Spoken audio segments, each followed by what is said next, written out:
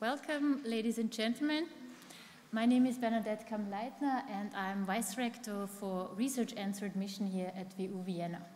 It's an enormous privilege and a joy to welcome you all here to an event series, WU Matters, which by now has quite a long tradition already, and it is part of a very important part of academic work, the third pillar, the third mission, which is about transfer of knowledge into society, co-generation of knowledge, and at the same time also finding solutions for a broader society. Today's topic fits wonderfully to this broader theme, and it occupies many minds, including those within the WU community. It's a topic about how to get to a more sustainable future, and the question, what it takes to get there. I'm looking forward to what is to come in both of my roles today. You can see me over there again. And happily hand over to Laura Hohoff, who is going to guide us through tonight. Thank you for coming and enjoy what promises to be an entertaining evening. And I hope you all have something else in your mind, something that is thought-provoking and that will guide you through a longer time than just this one evening. It's a worthy topic, and I hope some seeds will be planted today. Okay.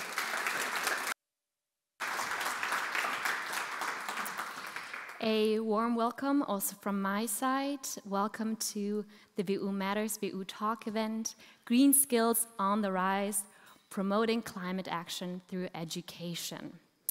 My name is Laura Hohoff. I'm a Sustainable Education Specialist, and I'm really excited to be moderating you through today's event. Now, quickly to tell you what we're going to do today. We're going to have a quick keynote by the organizer of this event, which is STAR, the Competence Center for Sustainability, Transformation and Responsibility, and the RCE, the Regional Center of Expertise for Education on Sustainable Development. Hope I said that correct. It's a long word. So just say RCE and STAR. And after this keynote, where we'll understand a little bit what are green skills, what's the definition, and why they're relevant, we'll be heading over to our panel discussion. I'm excited to have some really great panelists here today, which will be joining from various sectors, from educational backgrounds to the business sector, from the government, and also from an activistic point of view. Of course, we not only want to talk with the panelists and have a really interesting and insightful discussion, we also would like to invite you as audience to participate. For this, you may have noticed that you have 2 cards on your seat. If you already sat on them, no problem, they're flat, you won't damage them. But the idea is that throughout this panel discussion, we'll be redirecting some of the questions also to you. And you then get to answer them yourselves. So green will be putting up a green card means I agree or a yes, and the red card easily the opposite. Then please, we would like you to keep those cards, because after the panel discussion and after the Q&A from you as audience, we're going to have a little bit of time to have some food and some drinks outside at the buffet. And for this, we also have, you probably saw them coming in, some interactive elements where you can, if you want to, also contribute with your opinion. That much said about how today is gonna look like this evening. Why are we even talking about green skills? Green skills are an extremely relevant skill that by the ILO, the International Labour Organization, have been identified as the skills that we are missing, which is quite a big skills gap, in order to promote the green transition and to fulfill it. Now, just by wanting to reach the Paris Agreement and the 2-degree goals, we'll actually be needing 18 million more jobs. And that is also thinking about jobs that we'll be losing. So it will be 24 million more jobs that we would need in order to reach it, and 6 million which we will lose. I think this is also important as this idea that some sectors will lose some jobs because we want to transition out of them, and some sectors will become very important and will emerge. And this is just new jobs. Here we're not talking about the people who are in jobs now and which will be need to re-skilled as they need to shift their jobs. Now I've talked a little bit about green skills, but now let's get the expert on green skills up here. I would like to ask Marie-Sophie Atoms, Deputy Head of the RCE, to give us a quick keynote and guide us into the topic. Thank you.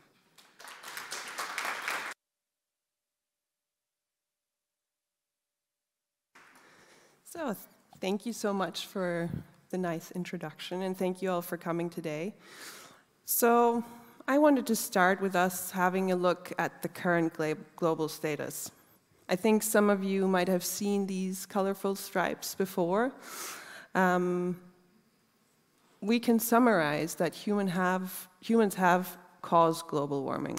Surface temperatures are reaching 1.1 degrees Celsius. We are seeing widespread, rapid changes in the atmosphere, ocean, cryosphere, and biosphere. These are affecting weather and climate extremes. We're also seeing that this change is actually having rising effects in climate-related risks. But in order to limit these human-caused global warming, this actually requires net zero CO2 emissions. A lot of challenges. But today, I don't want to focus on the challenges that we're facing, but rather focus on one of or some of the many solutions that are out there to mitigate and adapt to the climate crisis that we are facing. So, one of the many solutions that we've heard about today is green skills, but I want to bring into this aspect another quite important pillar, which is transdisciplinary education and the different formats of education to meet the current and future needs of this skills gap that we've heard about. But what are green skills? Now, there's no established definition so far. There's a lot out there, and I think a lot of buzzwords, which has sort of roamed the World Wide Web so far. But there is one established definition by the European Center for Development of Vocational Training, which defines green skills as knowledge, abilities, values, and attitudes needed to live in, develop, and support a sustainable and resource-efficient society. Sounds quite simple. Would be easy if we would get there so quickly.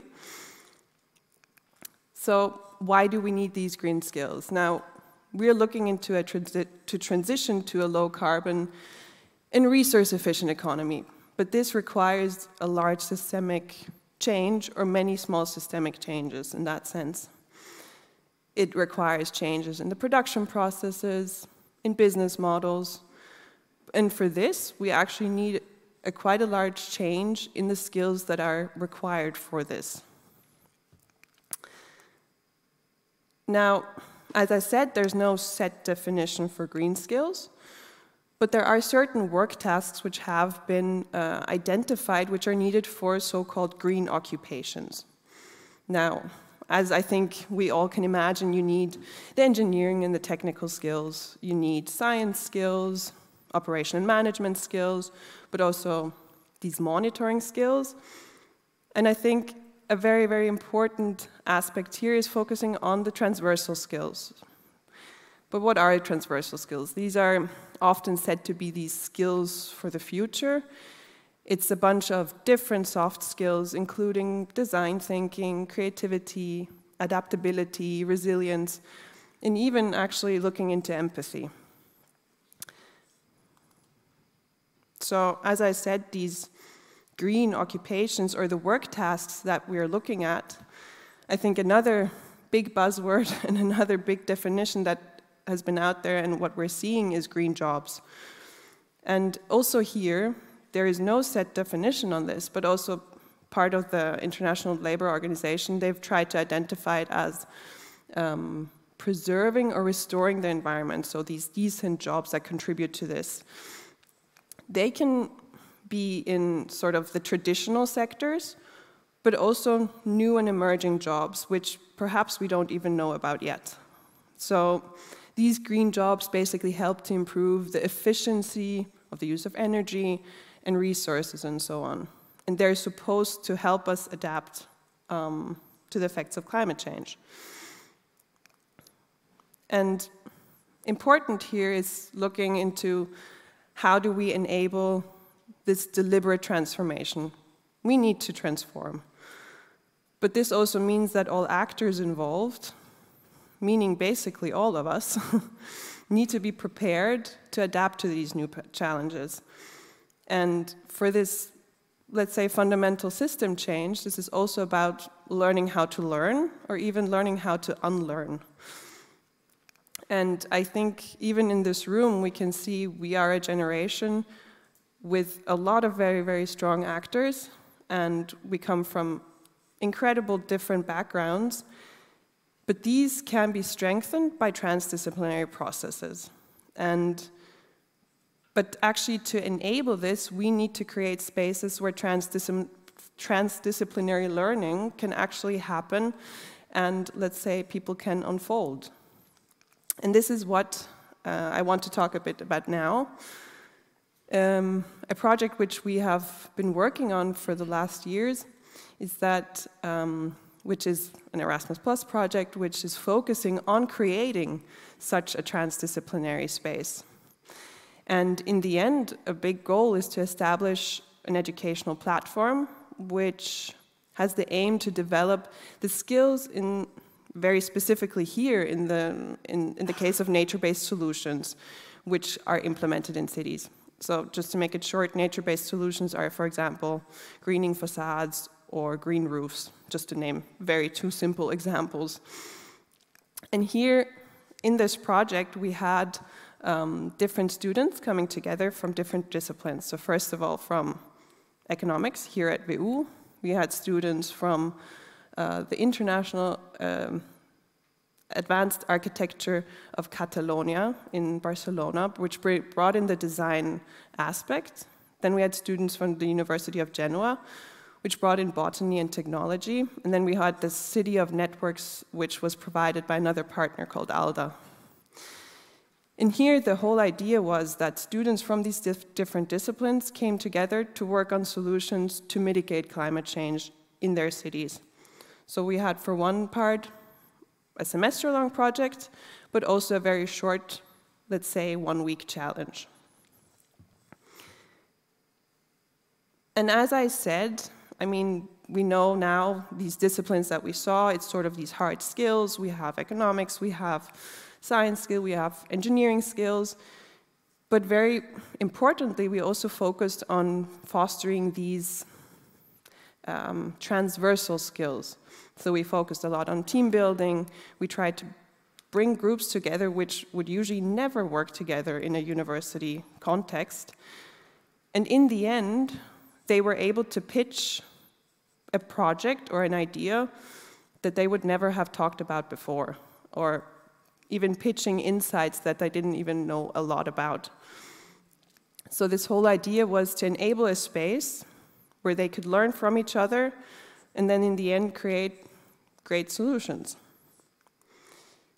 But this process did not only focus on the outcomes.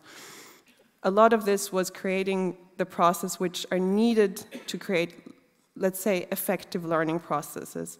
And for this we used a lot of different methods. And I would also invite you, after our great discussion coming up, that you come outside and see what some of the students have produced and learn some more about the projects that we have been doing and get an overview of what such a transdisciplinary learning space could look like to, let's say, move towards a net zero future. And this is all from my side for now, and I would ask Laura to come back up again and continue. Thank you very much. Please go ahead.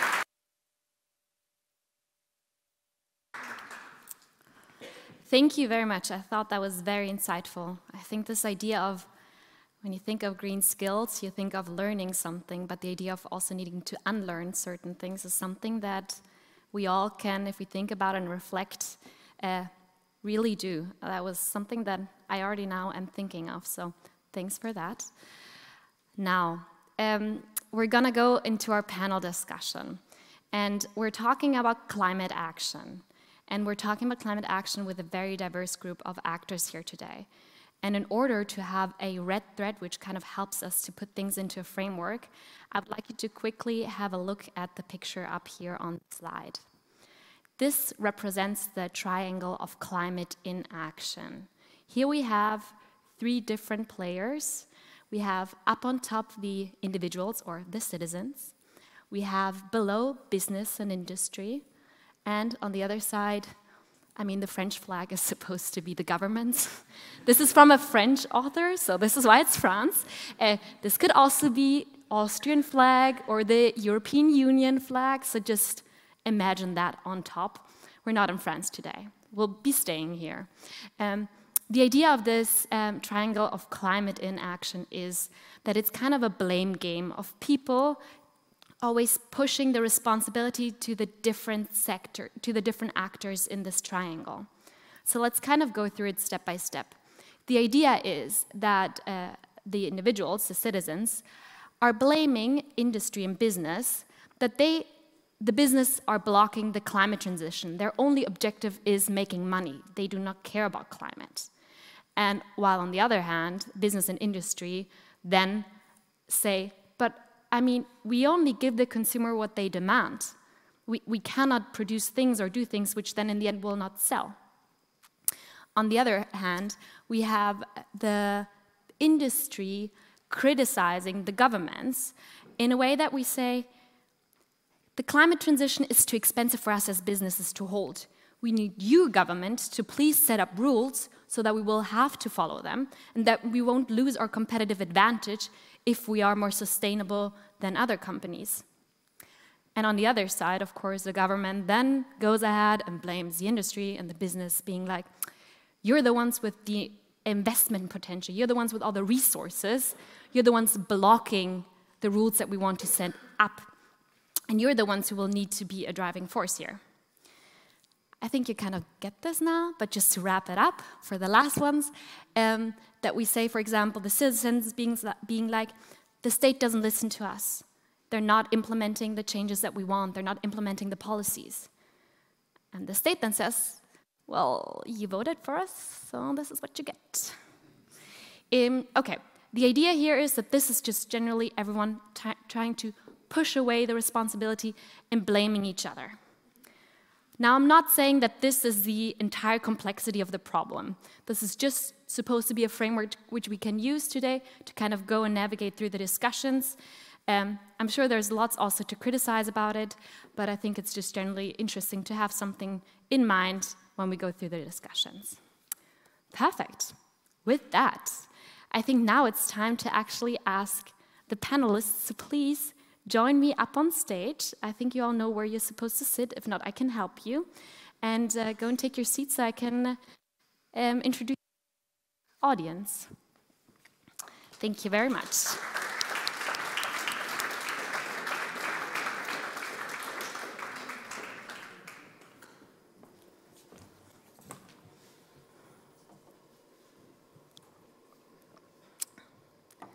Perfect. So the idea is that we have every single actor on this triangle represented today, and in addition also the role of the educational institution, the University of Economics and Business, as trying to explain how green skills can be a vehicle to see how we can actually step out of this triangle of inaction.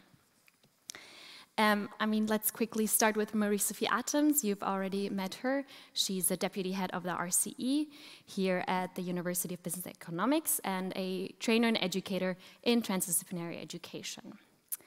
Then we have Serafine Gröbner, who is the deputy head of the Department for Sustainable Development at the Federal Ministry of Climate Action, so the BMK.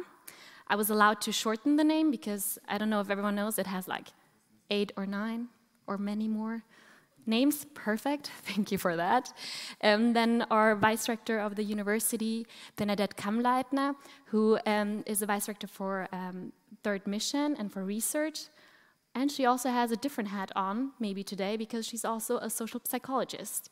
So that would be very interesting, especially with Kasper Kojarek, I hope I said that correct, who is a member of Psychologists for Future in Austria.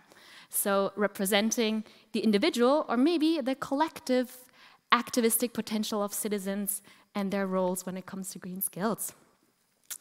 And last but not least, I'm gonna scooch back so that everyone can see you.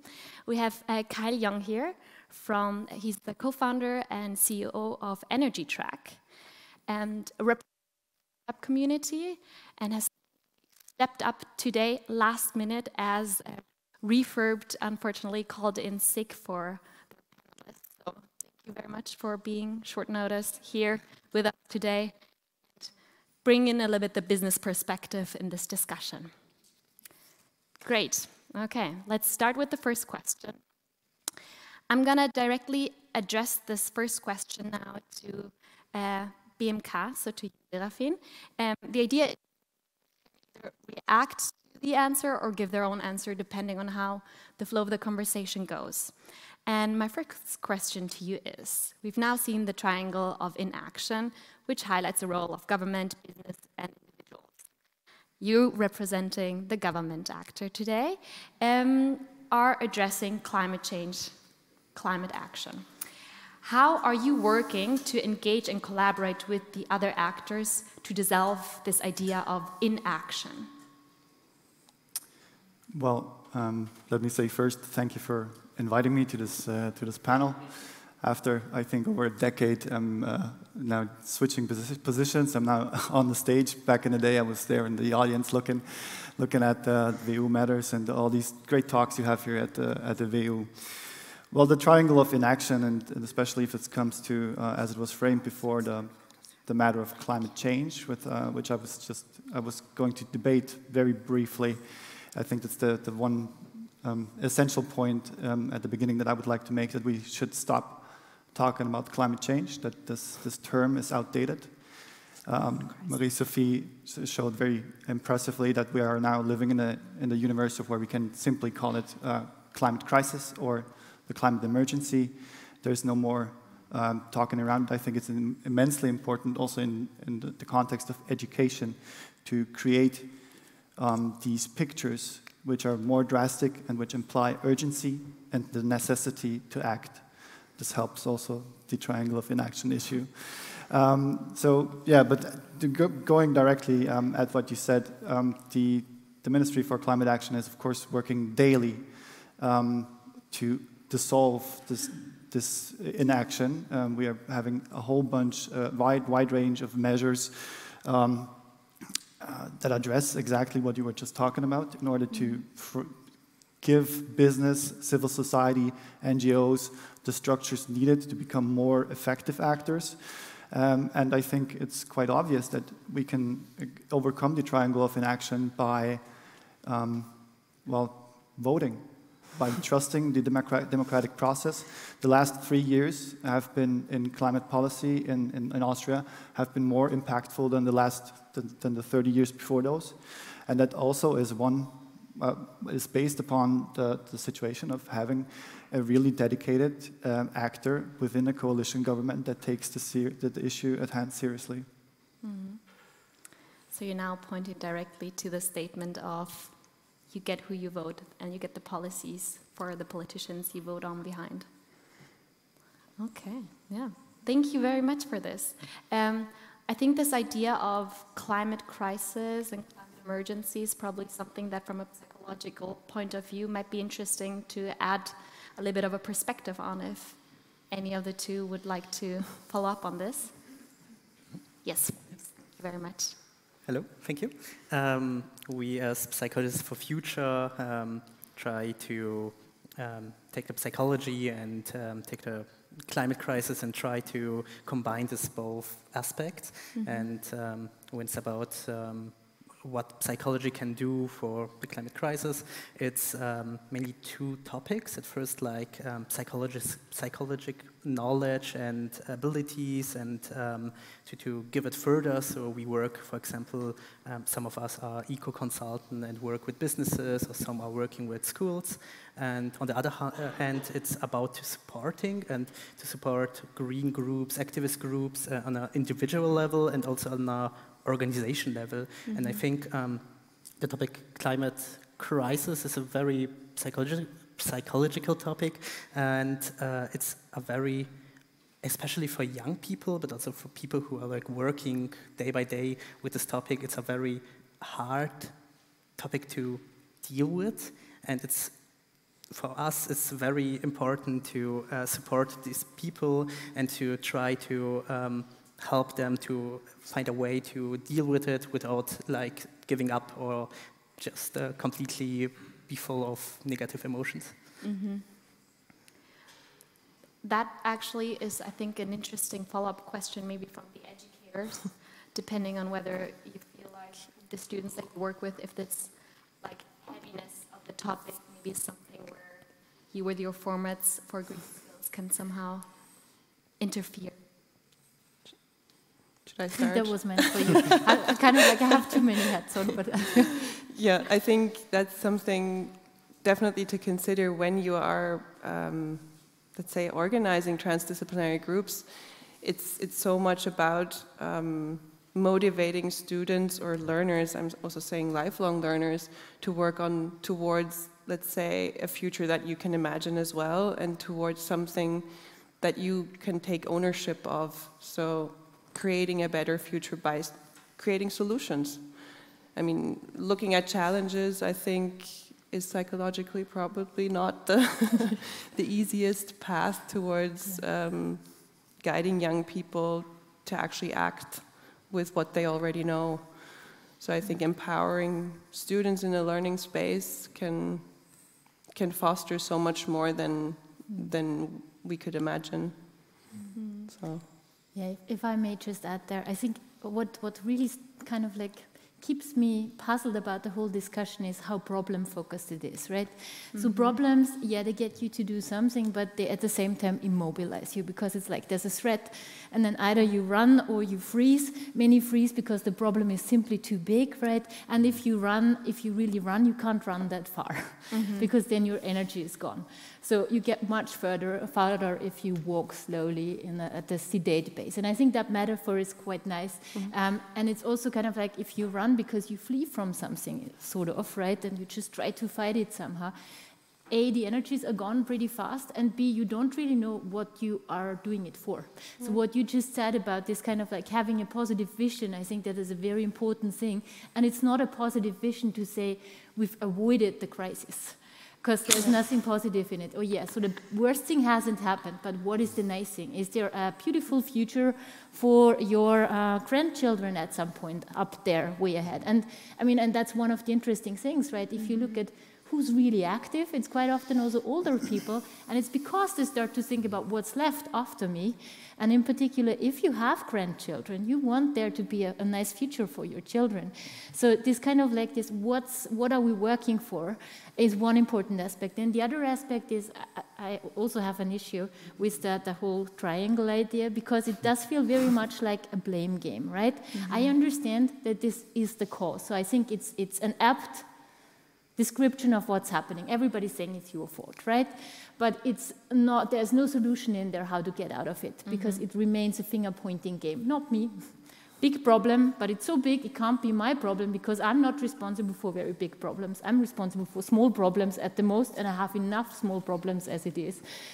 So I think there's an empowering component, and that's what, and a very nice thing about, for example, transdisciplinary learning, because what happens is A, you get a broader mindset, and B, if you are together with somebody who does very different things, you suddenly are an expert, because you're the only one representing this particular skill set, and that is massively empowering.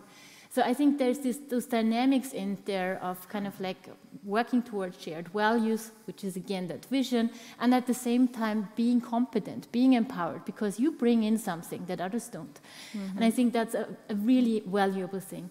And because you were asking about examples at VU, we obviously do a lot of things, also addressing the specific things of the triangle, because we are big, we are really big.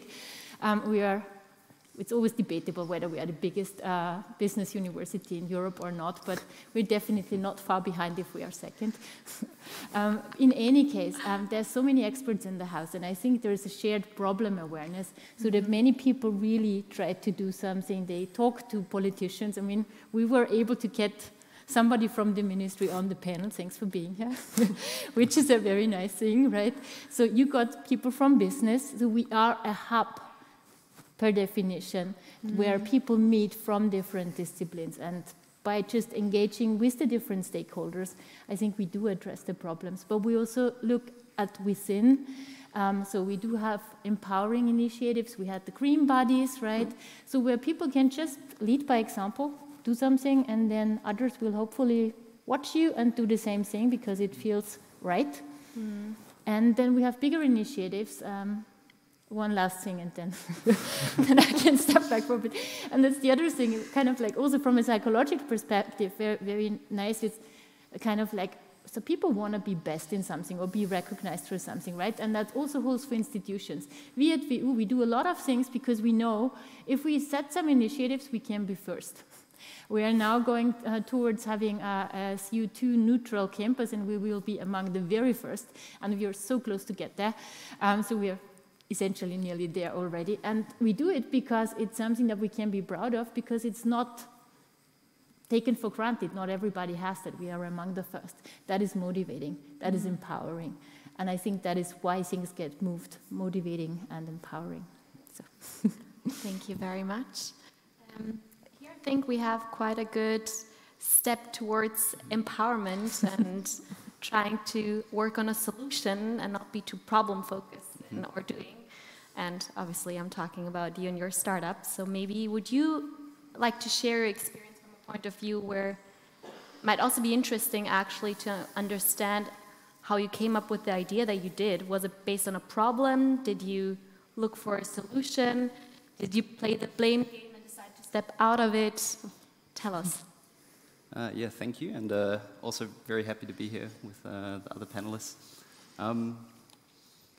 Yeah, I think actually this topic is also a very personal one. I think this is,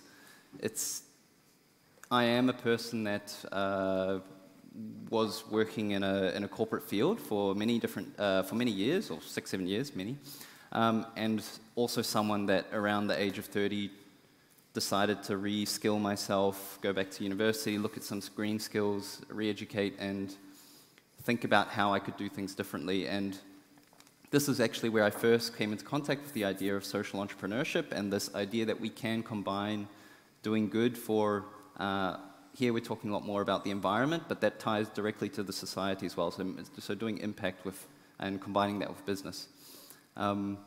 And I saw that this really could work, so it's definitely a journey. I mean, back to the discussion, I think the focusing on the problem, it's funny because we always say we have to start and everything has to surround the problem. So I guess as an entrepreneur, we're always thinking about the problem and revisiting it in a good way.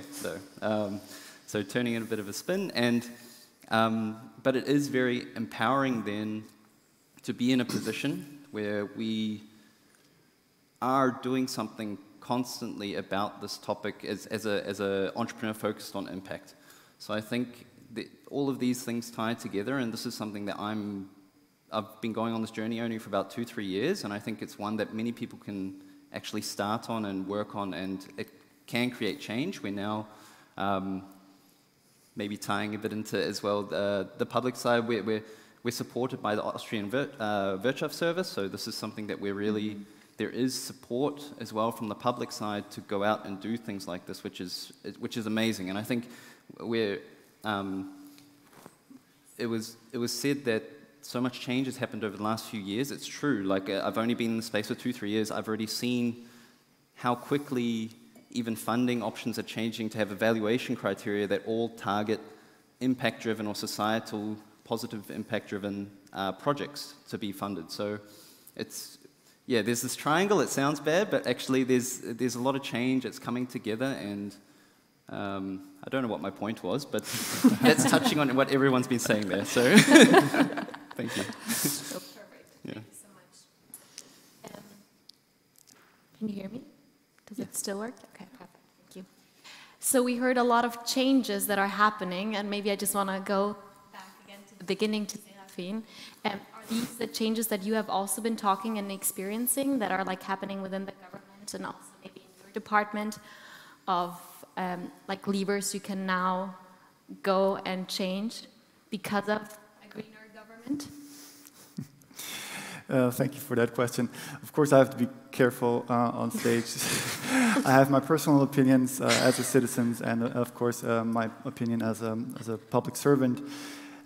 From this perspective of an expert in sustainable development, it's quite obvious that the last 3 years have just enabled structures, as you mentioned before, where funding schemes are provided in a different way, where impact-driven entrepreneurship is much more interconnected to core issues of sustainability and climate action. So there's a lot of positive dynamic that has been going on. I also wanted to add to the question beforehand is that talking about the climate crisis per se is, if you do it in an isolated way, of course that's kind of depressing. But if you surround it with measures that, like education for sustainable development, which my department is also, well, we're responsible for pushing that concept, it is important to give people these positive skills, the empowerment. All that is something that happens in parallel. So it's not a single issue that we just shoot out and say, well, there's this, the abyss, and we're looking at it, and we're actually so close to it. No, there's a lot of things that each and every one of us can do, but that we politically have to address, and of course with the help of civil society. And over the last 3 years, I think we have had huge successes, such as the circular economy strategy that hasn't been in existence before. We have a biodiversity strategy, which is has not unfortunately been completely passed by the entire government, but by parts of the government. And I could go on for a very long time just by mentioning things that were successfully completed. But on the other hand, I'm also in touch with many of the young activists on a regular basis. And of course, everyone wants the Klimaschutzgesetz. Everyone wants this final piece that is missing. But we are in a democratic system where majorities are needed, and majorities are only won by going to the polls. Blaming it back to who we vote on. No, but I thought that was like very interesting because I think it touched upon a lot of things, especially also if we talk about green skills. I think I read that the ILO said that it's gonna need at least 6 million more jobs only to be able to implement the circular economy. So I think it already shows how just like one sector already needs so many jobs that are skilled and equipped with green skills, and where, of course, there is a demand and need for. Great. Is there anyone who would like to add something to this question before we move on?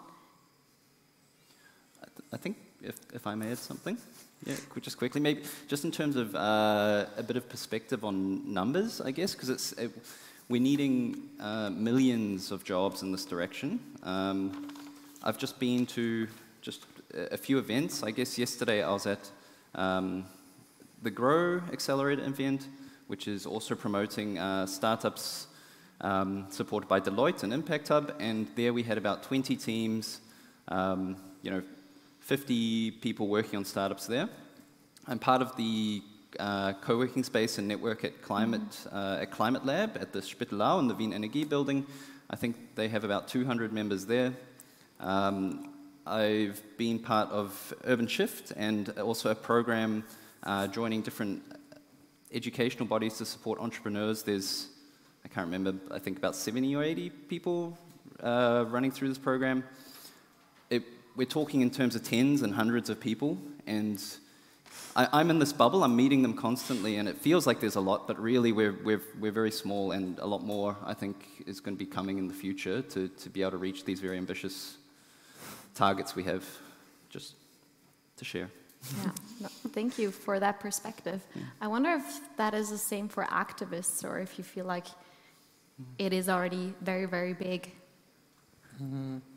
I think there's a long way we have to go first, and but I think because we also mentioned the triangle of inaction, and I think if the climate crisis should be one day resolve, or if we want to be on a good path, we just can't focus on one specific part. We should wait for one institution or one participant to do like this, because that's what's will get the whole thing going. But I think the best way to think about it is think about impulses, and we have to understand that every participant can create these impulses, and with this we can create a dynamic then bring us forward. So it's not waiting for one single institution to do this and then it's all good, but more like to always understand also to oneself's power as we have, and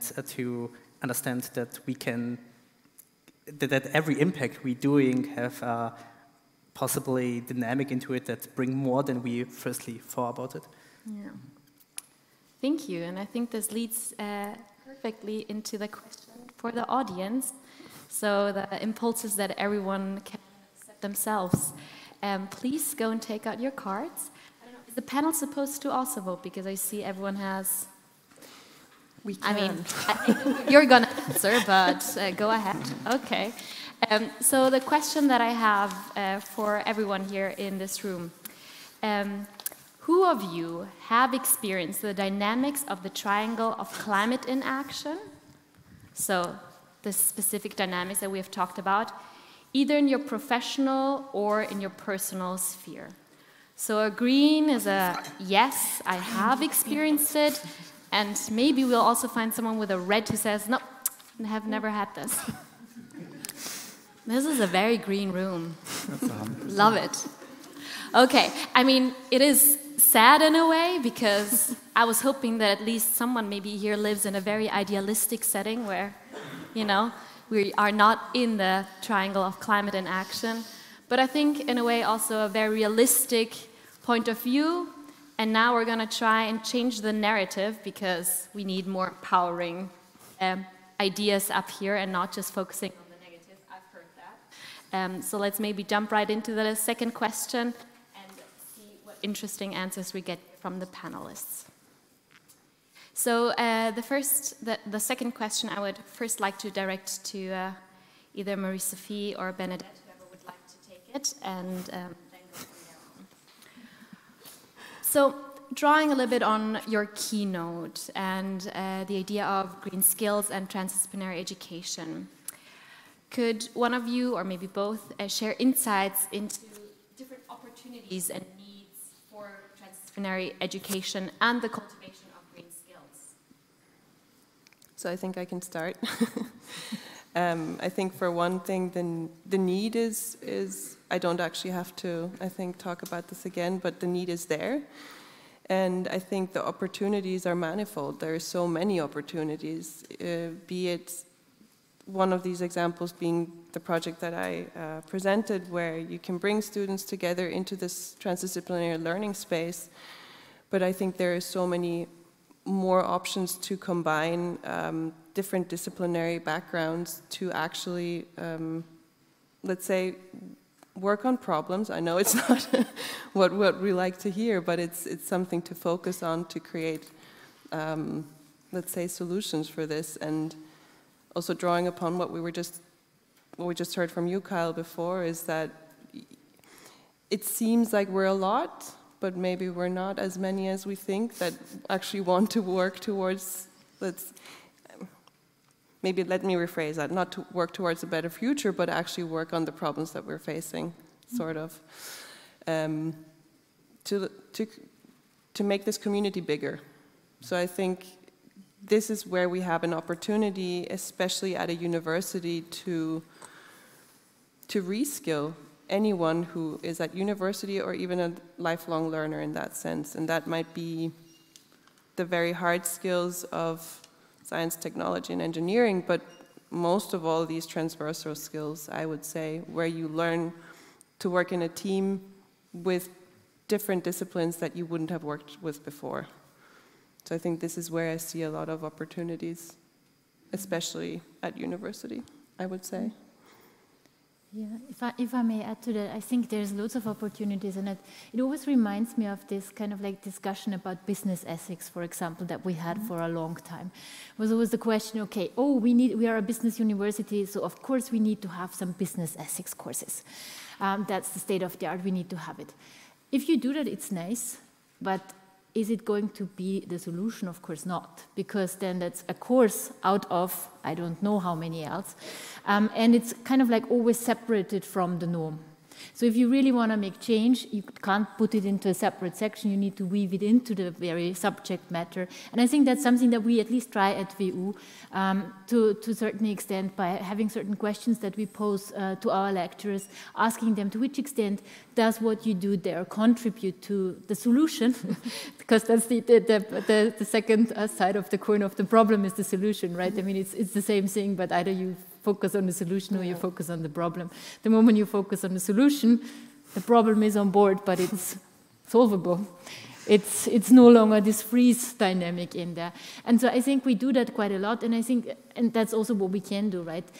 That reminds me of something else I was picking up from your talk, actually. You came up with this definition of what are green skills, because that's what I wonder. I see a lot of skills that you can use for green purposes, but I just wonder, are these green skills? Or are these just skills that you decide to use for a specific purpose? And in that definition, it says it's knowledge, abilities, values, and attitudes, kind of like combined. And the first two, knowledge and abilities, that's what you can do. And the second one, values and attitudes, is what you want to do. And it's the second part that really decides whether what you can do is used to kind of like solve this issue that we are all trying to solve. And find solutions for. So, and I think that's what we try to do, and what not just we do, but what kids out there in school learn, right? The planet is important. It's important to kind of like be aware of your responsibility as a human being in this world.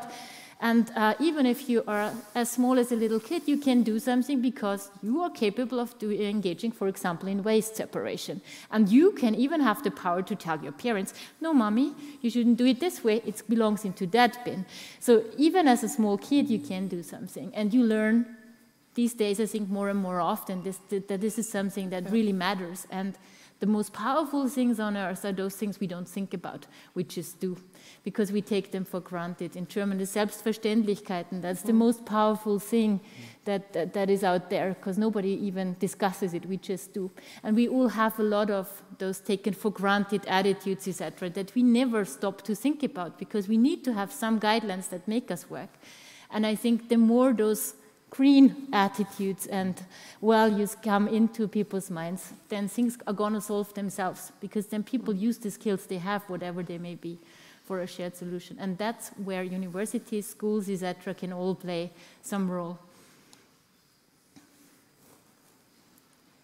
Would anyone like to directly comment on that, or like to add something? Yes, please. Yes, if I may. There's just a lot of things that one could possibly add to what you was just said before.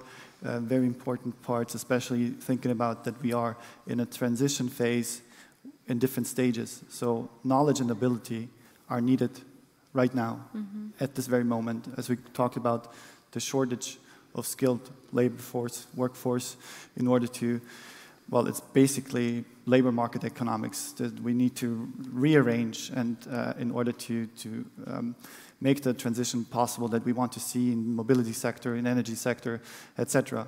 But in the long run, and that's what I mean by phases, is that we definitely need a change in values and in perspectives. Maya Göppel called it the great mind shift that is necessary in the long run in order for down the road to make every job a kind of a green job. I know it sounds kind of cheesy, but that's how it is, that this attitude is there, that we, with our work, with our daily work, we should not work actively against our own survival. That would be very helpful. Yeah, that's what I wanted to add. Thank you very much. I've heard shifting your mindset, and I've heard a little bit this idea of like starting from the individual and from waste management and separation up to the big systemic changes that are needed. Now I'd like to maybe hear from you, Kasper, about what does that mean from a psychology point of view? I think the question if we should start individual or if it's a systemic change is a very important, also a very interesting question. And I think that firstly we have to say that if somebody's doing something, and for example, if somebody from the audience is going home and because of this panel is doing a small step, that's a good thing. But also, we shouldn't put all the pressure on the individual and to see that it's a systemic crisis. And I think the best way how we can have success is if we understand, or if we bring to the people that this single individual question or the single individual choices are also in a bigger picture systematic problems. So like, for example, if I would like to have a sustainable lifestyle and I want to go to a vacation and I have to choose between the car, the train or the plane. So on the one side, I want to be ecological friendly, but if the train is 2 times more expensive, 3 times slower, not comfortable, not reliable, not good, then it's harder for me to as individual to make this choice, because it's like very hard to get this ecological, eco-friendly lifestyle in this one situation. And I think like the one step is to maybe understand the situation. So maybe you can say, okay, this is a cognitive dissonance, and I understand that why it's like hard for me to choose. But the second one is to understand that this is also a systemic problem, and if in another world where maybe trains are better than planes and cheaper, this is a problem that I wouldn't have as individual have, because right now we have the problem that mostly or often the eco-friendly way of life is much harder to get and more expensive, and I have to get really much of my energy into it if I want to.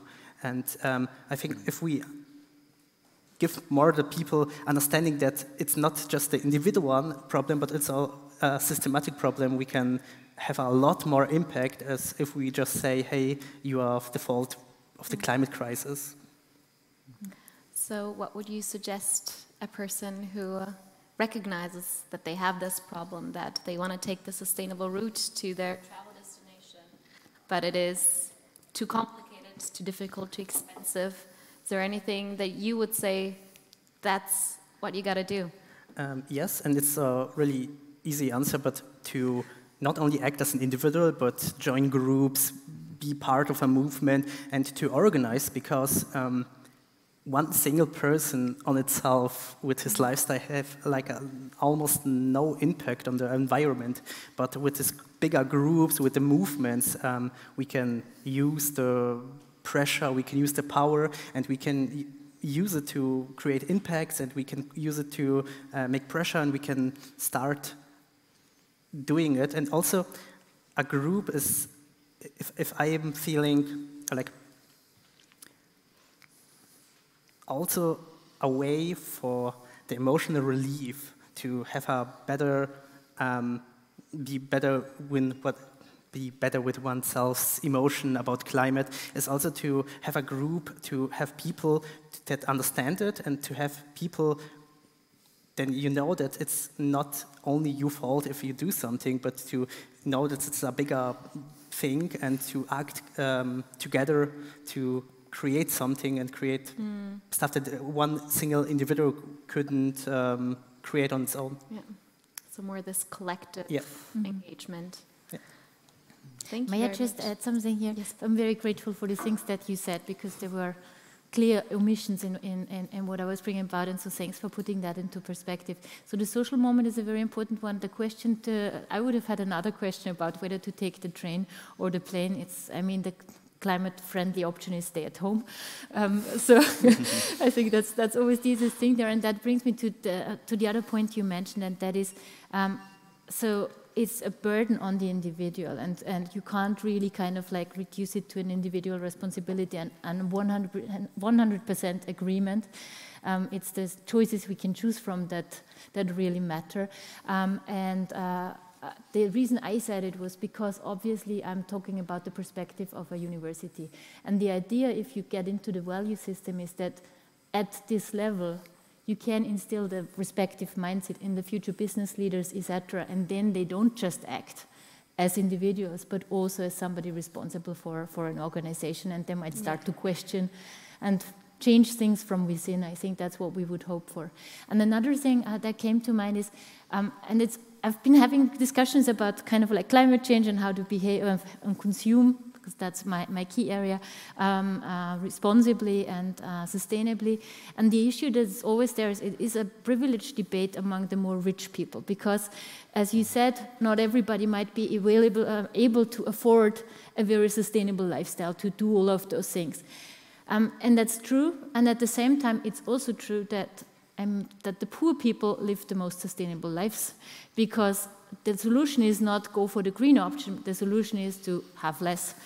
And poor people tend to have less they aren't able to take 3 flights in a year, flights in a year, or even 2, right? So it's also a debate that I think should be had here, because the most important lever is the reduction, and which from a business perspective is a tricky thing, but it is fact-based, kind of like the most effective one in terms of resources. I would also imagine as a narrative to say to people, just have less, doesn't really work. Yeah. You need to have that mindset shift where, Yeah, it's not about having less, but it's about having things differently. And sometimes decluttering your life can also be a good thing. Now, we've talked a lot about the mindset, and I don't know, Kyle, maybe you would like to add something about the knowledge and skills from this idea of you running a business where you'll be needing people to have specific green skills in order to do it. Is there anything where you feel like we need like an opportunity to be able to get these people, where you have an idea that you can share with a lot of great actors who could maybe, take up that idea and use it for something? Yeah, I'm trying to pick up on a few ideas that have already been said. I think there was a lot, but it's, I think this idea, firstly, of the individual and coming together as a community, I think this is, when it comes to this transdisciplinary capabilities, it fits super well as 2 topics, because, so, again, a little bit about myself. So I did my bachelor's in engineering and mechatronics. I worked as a project manager in telco. I transitioned and did my business administration master's with sustainable governance, and then I moved into entrepreneurship. And I do feel today that this has allowed me to tackle a lot of the challenges I have as a CEO, to put on 4 or 5 different hats on one single day and try to do different things. But at the same time, and so that's why it's so critical, I think, this transdisciplinary education to have these backgrounds. I know my co-founder has something a bit similar in that direction, but it's not pressure to be that, because at the same time now, we're struggling because we're so shallow across so many different things, and we need to find these experts at the same time. So I think coming together as a community, as a team within also a business is critical, because we need each other. So that's one topic. Sorry, I've completely forgotten the question. I think it kind of already went into this idea of, what kind of green skills will you need for your business. And what I heard from you is this, not just generalists, but really specialists also in specific. Yes, and so actually just to tap on the green skills aspect, though, I think it was also mentioned that by Seraphin, that actually making, hopefully, green skills become so common, and maybe it disappears, this idea that it's a part of everyday life. I think, maybe a silly analogy, but the planet is sort of our home, and in our home we should know how we can use water or have access to water, or what resources we have to live, and this should just be on everyone's mind, whether they're doing whatever they're doing. And if it's business, if we're creating products, then we need to know what the impact of these products are. And I think it's been a really nice journey as well for me, because I stepped into this topic a few years ago, but my co-founder, it's relatively new for him. He's worked in banking, I think, for 9 years, and yesterday at this Grow event where we're talking about impact-driven business models, how to avoid greenwashing, how to still have a sustainable financial model within your business, but pitching with 19 other teams that are all trying to create impact, you can already see these changes in mindset that come through as he starts to also think, hey, this is something we just need to build into the core of our business regardless of what we're doing. It's not something we chuck away when we're doing badly. It's built in, and we all should think about it. So, yeah. So what I'm hearing again a little bit is this idea also of the collective thing that then helps people to really understand it and try to integrate it in everything. So that maybe at some point we might not even need the differentiation between a green skill, different skill. Yeah. Great. Thank you so much. Now I'm looking at the time, so if it's fine for you, I would go to the next and kind of last question. There will be a short extra one. That's short at the end. So we've talked about, positive narratives, and my question here to you is to dream big now. And we'd now like to dream big for a future where sustainable development, green skills, and climate action are woven into the very fabric of society. What kind of collective support, commitment, or actions would you need from other stakeholders within and outside of the triangle of inaction to turn this vision into reality? Whoever would like to start first can go first with that one. Or should I start? Perfect. So also, I'll have my educator cap on now, thinking about what it actually needs. From my perspective, is that it's actually this idea of green skills. Let's hope that it's not a buzzword anymore, but it's a general skills that you would have to have in your curriculum for the entire path of your university, hoping that already in school you have this, let's say, mindset shift taught to you as a child. And so you step into a university where it's quite logical that you will be working in this field later on. So I think this is something which is, I guess, a collective action needed where all parties are involved, but especially I think for me, which is sort of outside of this triangle of inaction, is the educational aspect, and this starts in school, actually. So even before the university, yeah. Do you want to go round and round? Is that fun? Well, of course, I can add my 2 cents on this. As of now, I would really love to see that we make true on our promises, meaning political decisions that have been taken, that have been agreed upon, that there are international law to some certain degrees, such as the Paris Agreement, but also to take the SDGs, to take the Agenda 2030 seriously across institutions, because this is not just a pledge, it's something that most countries have actively committed and signed, and it would be an enormous benefit to solving this triangle of inaction, actually, by just talking, not only talk, but actually walking the walk. I think that was correct now. Yeah. It is late though, so we'd all understand if it wouldn't. Just made me think of something some representative of your ministry actually said recently, and I think she said, let's behave as if we mean it, which is, and I really like the spirit behind that. And on top of it, I think one point that we've touched on a couple of times, and if it's about a wish list from other stakeholders, help make it easy to behave in the desired manner, in a sense, to help people to make it easy to contribute, empower them, and don't put up too many hurdles to. And bit paradoxically, sometimes limiting people in their scope of action can be making it easier to do the right thing. So if you've got, like, you just think about a dessert list and you have 3 chocolate cakes and some vanilla things and some fruits in there, it's very hard to make the decision to go for the healthy option. If you've got just 2 options, it's much easier to decide for the healthy option. So in a bizarre manner, sometimes restricting our scope of actions to those actions that are more sustainable might be actually helpful. Even so, it's debatable from other perspectives, I know. Thank you.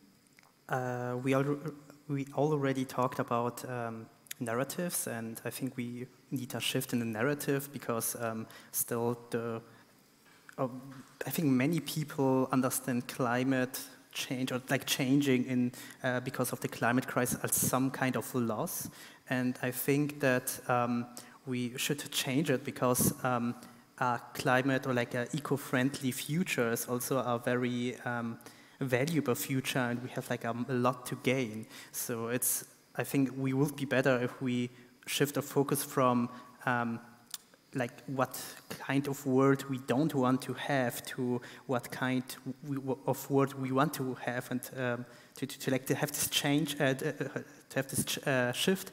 So to say more that we can get a lot from it, and we can create a really good future, and this is something that it's worth fighting for.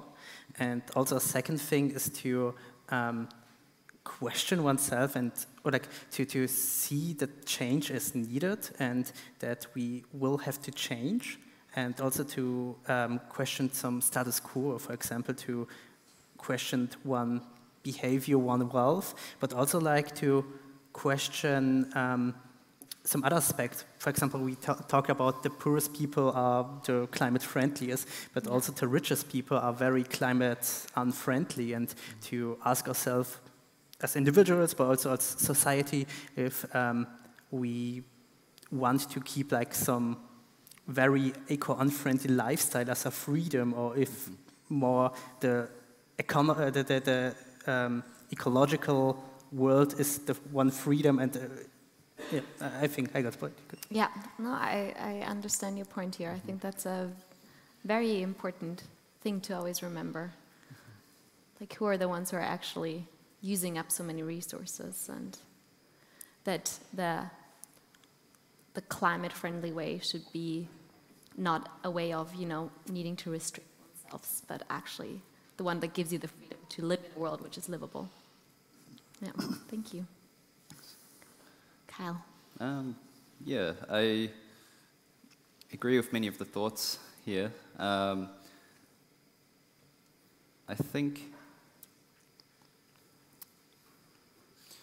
think for me, I see so many, as I mentioned, I've been at these programs the last days and months actually, around many people of all ages trying to start something and do good in an innovative, different way that really would help some people, and they're all, many of them, it's extremely hard to get off the ground. So making it easy spoke to me very much. We see 20 people, 20 teams coming and pitching to get the support in a program. They all want to work on the circular economy, reduce wasted food, work on photovoltaic, bring it to the market, making things, I don't know, a whole host of really cool solutions by motivated people, and 6 of them will come through into the program. And I'm thinking, it's just really a shame, I think, that so many impact-focused businesses fail at the point where they need to be financially stable and bring their product to the market, which is how our world currently works. But it's just a shame. So like a majority fail that want to do good things, and they're motivated, they're skilled, they can do all these. So I'll just wish that actually maybe some sort of system that could value this aspect to enable them to bring this to the market on one side. But on the other side, it's maybe a little bit critical, because I think too much support, too easy. maybe it can also build a weak business model in some ways. So you don't want to make it way too easy that now they're all falling over when there's no third leg to support them. It's a balance. It's a balance. I don't have really a solution. It's a dream. It's a wish, and I'm sure there's many other smart minds and ideas that could probably bring it together. So it's probably coming together and figuring out how that could work. Collectively. Collectively. Okay. I like it. Thank you very much. Now, the last question is a one-word answer. So that's a tough one. I kind of want to bring it back to the context here again, being at a university. And think about you, either if you're still studying, you can think about it right now, or if you studied a while ago, think about back then. After the discussion we just had on green skills and what we need for the future, and based on your own profession, which course at university would you have wished for? Sleep Hygiene 101. Burnout, startups. Nice. Good one, thank you. For me, it's climate and ecological psychology. Mm-hmm. Business through change happens from within. Change happens from within. Ah, oh, nice. I was really torn between two. So can I still say that? Okay. Basic mental health, which is kind of piggybacking on what you just said. But the other thing is design thinking processes. Design thinking processes. Yeah, oh, now it's difficult. Because I was also considering mental health as one key aspect, but then environmental ethics. Environmental ethics. Mm-hmm. I mean, we almost managed for half of the part to do the one-word answer. That we kind of got a little Sorry bit. about that. So maybe that inspires some of the students here to, you know, what classes and courses to use in the future. Now, coming back to the audience with a question as well. So if you please go and pick up your red and green card again. I'm not sure if this is going to turn out all green again. So let's see. There might be some others. We've now just talked about green skills and the importance of it, but also the difficulty behind, you know, adapting to different labor market and the changes that are happening. Who of you is now inspired to reskill or upskill themselves in a sense of adapting or taking on a green skill to be part of the green transition? And feel free to say no if you feel like I don't have the time for this, or whatever. See, we've got one red, I see. Two red. Holding up two cards, I'm not sure. Yeah. Is that like a maybe in the future thing? Here, what do we have? There we have two as well. People are torn on the panel, okay. But I'm still very happy to see so many people holding up a green card. The thing is, right, it's not just about university, it's about lifelong learning, and these are skills we can take up whenever. They can also just be about, you know, having a community where to reflect. But for the ones who are taking this seriously now, and I'm not making publicity, I just found that out by myself, so it's not that someone told me, please say this. And really, not. Next week, from Monday until, I think, Friday, the European Training Foundation is having online conferences and different settings where it is all about learning green skills. So those of you who are actually interested in this, go and check out the European Training Foundation website, and feel free to start right away to actually use this motivation and this energy from this panel discussion, and go and, you know, take one of these impulses with you to see if we can have like a ripple effect here. Now, before we go to the question and answer, let's maybe do like a quick resume what we've heard. We've heard that green skills, hopefully, in the future will not be relevant anymore because they're an integral part where all the jobs that we'll be having are green, and they're just the skills that are necessary. We've seen that there's different phases or different layers to them. One of them are the specific, the knowledge and the skills, the ability that you need for a skill. And the other one, which is more about the mindset, the value, and the attitudes. And I think here the most motivating thing for me to take home, in a way, is this idea of not blaming oneself, but using a collective space to find collective action. And this can be done on a business perspective, on an activism perspective, but also in very different fields. And I think here it's just about connecting more with different stakeholders and not be afraid to, everyone oneself can just start an impulse and go and find people who would help them achieve and implement this. So thank you very much for this extremely interesting discussion. It was really hard for myself to hold myself back. I would have loved to just chat and go in and talk with everyone about this. The good thing is, now you get to do that. So we do have around 10 minutes until 7:30 to go through a few questions in the audience. If we have a lot, I would ask you to keep it rather short in the asking the question and the answering. If there's just a few, then we have, I think, enough time for 2 or 3 questions to go in depth. And this is now your opportunity to ask the panelists a question that has come up through the discussion. We have a microphone going around, so you'll be able to speak in it, and you can address it to everyone or to someone specifically. I know the first question is always the toughest, being like, who is ready to answer it? Yes, perfect. We've got one right there. Thank you. My name is Bruce Murray from the University of Illinois, here at the VU for a long time. And I want to thank all of the panelists for giving us a lot of concepts and ideas. I want to go to that urgency. That's motivating my question. We want 50% reduction in greenhouse gas emissions by 2030. Yikes.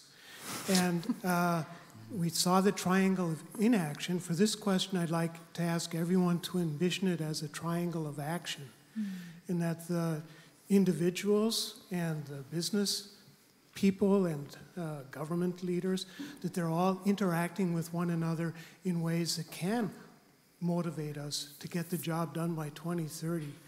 And I'd like to ask you what examples that you see, and I'd like to provide just one quick example.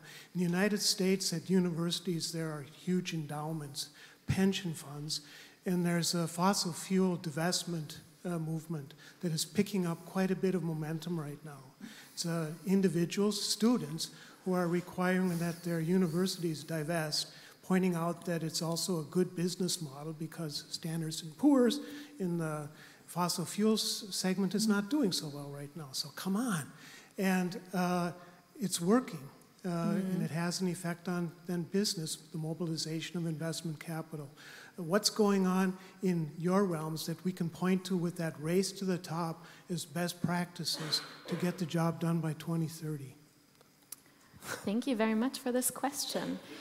So the idea here is inspiration for the triangle of action. Is there anyone who would like to bring a best practice? You know, it's a good question if people are thinking before they answer. Maybe I can say something quickly.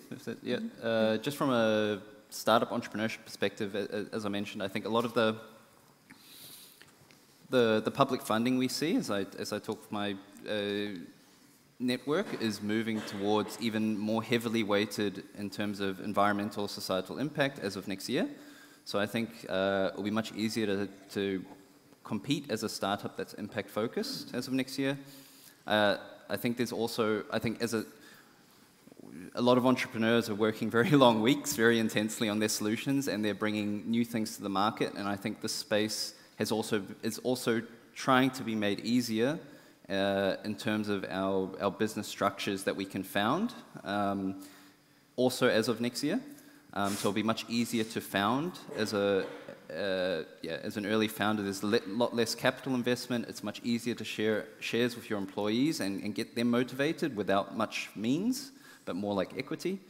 So I'm seeing that in terms of startups, also from the topic of energy, which I'm working on. I think there's at least funding going in both directions. There's a lot going into renewable production. That's probably the majority. Correct me if I'm wrong. I think there's also so much, though, going from the other direction of energy efficiency. And I see that as a nice way to kind of collapse that, because the ambitious goal just to build renewables for this energy production is going to be very, very tough. And so to go the other direction and try to get people reducing and motivating them to do that, that's also something we're working on. Thanks. Anyone else want to add an example? Well, I can go ahead, but I have to keep it short because there's, of course, so many things that I could point to now. We talked about so many important things.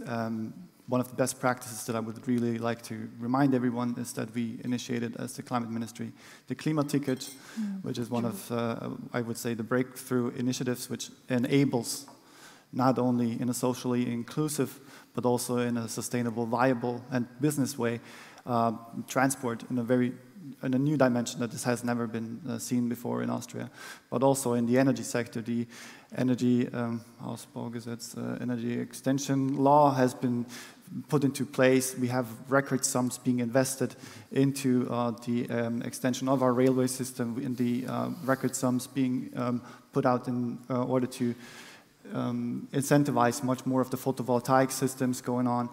We have so this is one of the positive ways of looking at it, in very much in the framework of what is possible, what has been being done already, and what could later on actually be a ripple effect, a positive, in fact, positive spillovers actually to other areas. Mm-hmm. Thank you very much. Should we go for one more, or should we go for a new question? I think let's see if we can get a new question. Yes, please. A very interesting discussion. We talked about education in school, so I was thinking about if green skill education or sustainability education was implemented in the school, what would you say should exactly be about? So what should people learn in school? Thanks. So I think I can elaborate on that a bit.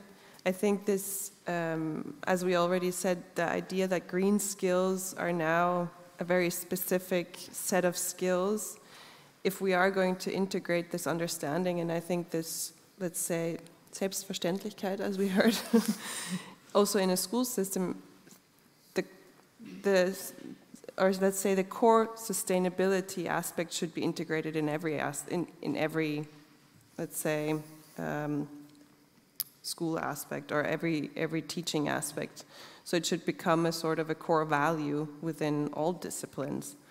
And I think by integrating that, you have this whole idea of transdisciplinary education in school already. So you would be combining different disciplines over the entire school system. So this is seen to be quite effective in other examples, but... Could I add to that?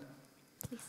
I was hesitant to bring it up as it's kind of it's not really a best practice because we only made it happen in 2022. So the Ministry for Education actually released new curricula for the primary school and the first part of the secondary schools, where ESD, so Education for Sustainable Development, is finally a core principle across all subjects.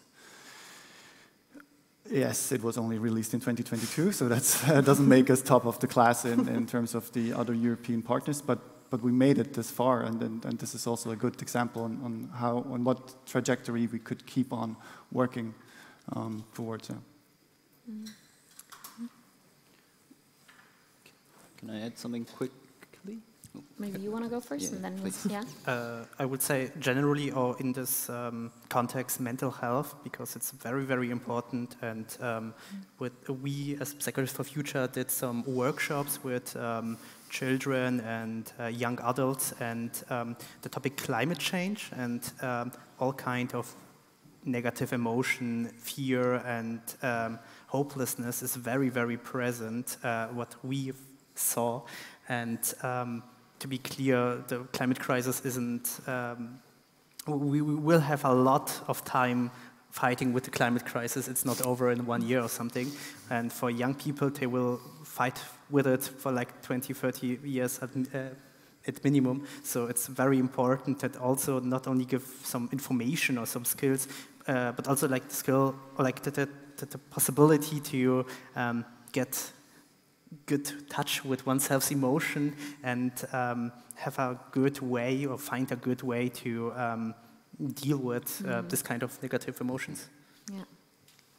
Thank you very much for that. Yeah, that's huge. And I just from my perspective, because I'm by no means an expert, but I learned sustainability as a specialization in my course. And what I really appreciated was bringing it down to this really tangible level where, so when I hear ESGs or the Sustainable Development Goals and the 17 of them or the EU taxonomy, it's all really hard.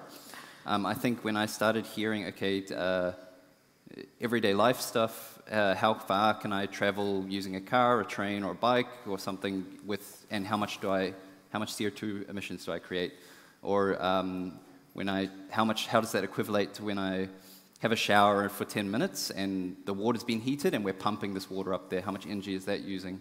I think, and how long would it take a tree to survive to absorb that, and things like that made it really tangible. And this is kind of what got me able to act maybe as an individual and also motivated to move in that direction professionally. I think that could be interesting. Thank you. Thank you very much. I hope that answered the question. Now, I saw we had one more in the back there. I think I saw you. Yes, maybe we can go there first, and then I saw you. Let's keep these last two short, so that we can hear both of them, and so that we can then, enjoy food and drinks as well, because we've been here for a while. So thanks for still keeping the attention here in the room. Much appreciated. Please. Yeah, we already touched on education. So like I studied ecology, and you would think that it's full of green skills, but it's more focused and memorizing everything that is out there. So I have kind of trouble finding the next step for me. So what would you say has to change in the studies in general? Because it also was like the feeling of other students that economy is like this huge nemesis and you get in weird conversations and discussions with ecologists. And I think that's not very helpful. So what would you change there? Thanks for that question. All right, so I might take that. So I think exactly the approach that you were taking also with students is what's the solution, right? Bring them together with very different mindsets. Don't try to make them all alike. Everybody can do everything, but sort of kind of like cultivate the appreciation for what others can do, including business people, because they will be needed to kind of like put solutions into practice that are financially viable, because you can't always remain government funded. That won't work in the long run. So I think kind of like putting different perspectives together is the most important thing that we can do by giving our students exposure to different viewpoints and embracing the diversity that arises through it. I think embracing diversity is a very important point here, that you say you learn to empathize with different disciplines, you learn to understand the language of other disciplines, and by that learn to work together. I think this is sort of the core aspect. So for those of you at the VU who are interested in that, I think you can then later come to Marie-Sophie and ask her for what are the current things that are happening here at VU. Let's keep it with these two answers and go to the last question so that we can wrap it up. Thank you very much. First of all, thank you for a really great discussion. And I'm currently studying circular economy, so this was very relevant. Quickly, I just want to say that you discussed about the disparity, for example, between that of a poor person compared to the rich. And I think it was very interesting because you also mentioned how we need systematic change, and individual action can only take us so far. So I think finally, I would like you to share how you are bringing this change for businesses that are large scale, because they're kind of contributing 1/5 of global greenhouse gases emissions, and I kind of miss the perspective of, you know, business on a larger scale, and do they think this whole transformation is viable? So it will be nice to have a perspective from the government or the business sector on how to make this a reality at the scale that we actually need, given it's a climate crisis. Thank you. I mean, you gotta choose. That's a large question. Yeah, That's a very big large. question. So maybe just so I get the question right, you're talking basically about big multinational corporations and how to make them buy into the process of all the good things that we are trying to push. Well, yeah. I might have an answer. Maybe go ahead. It brings me back to why I said studying business. I think the point is, right, I mean, there's a big war for talent out there. Most businesses, including and in particular the multinationals, because the younger generation wants to have meaning in their jobs, and so they're often quite skeptical to work for multinationals, at least in Europe. So change things from within. Essentially, kind of like build trust in the war for talent and people becoming more concerned, and then once the current students will be the CEOs of the future, and if the seeds sown in their early childhood in school, etc., have taken root, then they will change things from within. So I'm very optimistic that the two bad things will collapse ultimately if people look for meaning, and people do that, at least when they can afford to. I might like to add to that in around 3 years we'll be seeing the baby boomer generation slowly going into... that's so mean to say, but I wonder if that also creates a little bit more on the war for talent. Could I just add to my 2 cents on this one? So I think it's a very, very important question. It's a serious question. And the answer from my side would be, of course, better regulation, not in the future, but actually now. Again, bringing this back to what I said in the very beginning, 2024 is a huge election year. The European Union is going to vote again on its parliament. And within that regulatory framework of our common union, of the common market, we have a huge lever to make larger companies also not only more responsible, but actually try to influence how their core business is run. That is, of course, a huge task, and your question is actually a global one. So, of course, there would be even more a larger dimension to this. But we have a huge market. We have a huge point of leverage with that. I think maybe just to add, I think these regulations, this is also what's pushing it for us. And I mean, so I'm a small fish, but we really need to, so we're trying to build this business around these core ideals that are sustainable.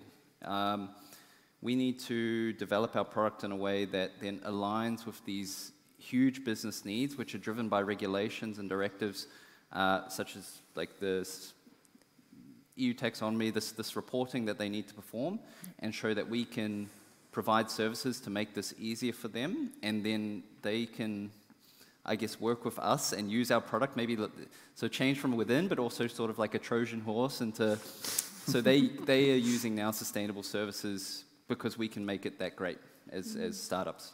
I think that's at least what we can try to do, but it's a tough one. Okay, so I think these last few questions actually gave us so much more to talk about. Thank you very much for posing these very interesting questions, and to the panelists for answering them. We're going to wrap this up now. I think the only thing that I have left to do is to give Marie-Sophie the word for the goodbye. And then later, of course, please don't forget to bring your green and your red card outside if you would like to interact with the different questions that we have set up while you go and enjoy some food and a little bit to drink. Yeah, so thank you very much, all of you, for an extremely interesting discussion. I think it went into so many different directions we could have stayed here for a lot longer. And we have a small thank you for all of you who took part today. So I will just hand these over to you. And I think then we can end the evening with a great buffet. And thank you all for coming as well.